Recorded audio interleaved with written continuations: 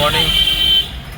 তো একটা কেস পেলাম আমরা কল সেন্টার থেকে, যেটা এসএস ক্যাম্প থেকে যাবে হচ্ছে নামখানা ব্লক, অনেক দূর, মোটামুটি 200 থেকে 250 কিলোমিটার দূরত্বের রাস্তা।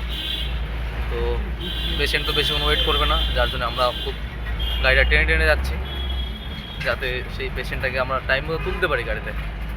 তার মধ্যে যে রাস্তার জ্যাম, যে ট্রাফিক দেখাচ্ছি আপনাদেরকে। এই দেখুন, ইজি হসপিটালে মানে এসএস ক্যাম্পে এন্টার করলাম। আর পেশেন্টকে বললাম দাঁড়াতে, মানে সামনের দিকে আসতে। পেশেন্ট এখন আসবে, পেশেন্টকে তুলবো আর নিয়ে চলে যাবো। তো এই মন্দিরটা এই যে, তো পেশেন্টকে তো নিয়ে তো যাচ্ছি আমরা। তো যাওয়ার পথে দেখুন ওই মন্দিরটা, এই যে সেই মন্দির,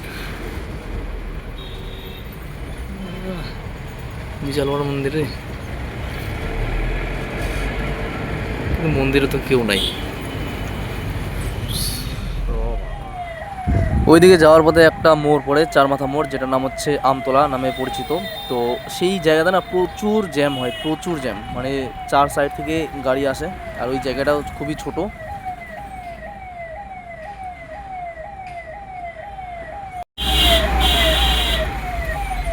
রাস্তায় খিদে পেয়েছিল বলে সবজি ভাত খেয়ে নিলাম। তো সবজি ভাতের দাম এখানে ছিল হচ্ছে 60 টাকা।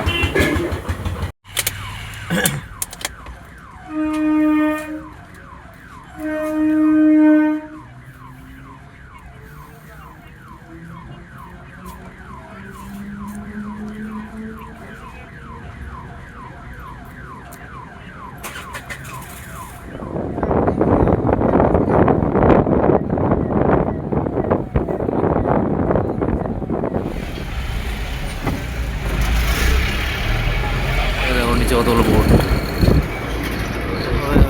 জানি না কোন ব্রিজ, এটা ব্রিজের নামখানা ব্লকের এখানে। পেশেন্টের বাড়ি মোটামুটি আর আধা ঘন্টার মধ্যে হয়তো না আমার পেশেন্টকে। অনেকক্ষণ থেকে তো যাচ্ছি। ভাই অনেক সুন্দর সুন্দর জায়গা দেখা হচ্ছে এদিকে, ভালো তো লাগছে দেখতে। জাস্ট এইখানে পেশেন্টটাকে নামালাম। এই জায়গা দেখে তো আমি মুগ্ধ হয়ে গেছি ভাই। এত সুন্দর গ্রাম্য জায়গা, এত সুন্দর, মানে কি বলবো, মানে প্রপার গ্রাম যাকে বলে, প্রপার গ্রাম। কিন্তু এই গ্রামের মধ্যে রাস্তা যে এত পরিষ্কার, এত যে মানে ভালো রাস্তা, লাগে গেল রে, ভালো লাগলো। না জায়গা দেখে তো আবার মজা লাগছে রে।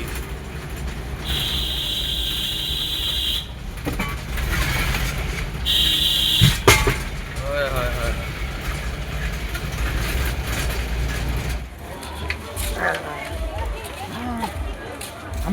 আসলাম হচ্ছে সমুদ্রের ধারে, বকখালি সমুদ্র। যদিও খুবই ক্রাউড দেখাচ্ছে, বিন মৌসুম ক্রাউড তো হওয়া উচিত গরমের সময়, এখানে তো ঠান্ডার সময়ও ক্রাউড। আমি যে ছিলাম গোয়াতে, ওইখানে তো গরমের সময় ক্রাউড তো তেমন ছিল, খালি ফরেনারের। এখানে তো ইন্ডিয়ান, যদিও ঠিকই আছে, কিন্তু ঠান্ডার সময় এতটা ক্রাউড হওয়া উচিত না অ্যাকচুয়ালি। সমুদ্র আরও অনেকটা দূর ভাই, কত 500 মিটার দূরে যেতে হবে, হয়তো যাবো না, এখান থেকে রিটার্ন চলে যাবো। সমুদ্রের ধার ব্যাস। হ্যাঁ, তো হয়ে গেছে ঘোরা, রিটার্ন করছে এখন। এখন আবার অ্যাম্বুলেন্স গাড়িতে করে উঠে চাপে চলে যাবো ব্যাস। 3 ঘন্টা 3.5 ঘন্টা রাস্তা আর কি।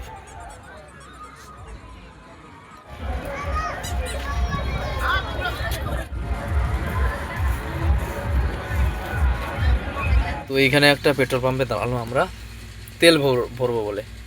অ্যাকচুয়ালি আমাদের তেল কমে আসছিলো, মানে অর্ধেকের কম হয়ে গেছে আর কি। তো 40% আসলে আমাদেরকে তেল ভরতে হয়, তো যার জন্যে আমরা এখন তেল ভরছি, ফুল ট্যাঙ্ক করবো। তো দেখি হয়তো কত 3 থেকে 4 হাজার টাকা বিল হবে। তো ভরে টোরে তারপর আমরা চলে যাবো আমাদের বেসের দিকে যাচ্ছি। আর যাওয়ার পথে তো অবস্থা দেখতে পাচ্ছ, ইতিমধ্যে তো অন্ধকার হয়েও গেছে।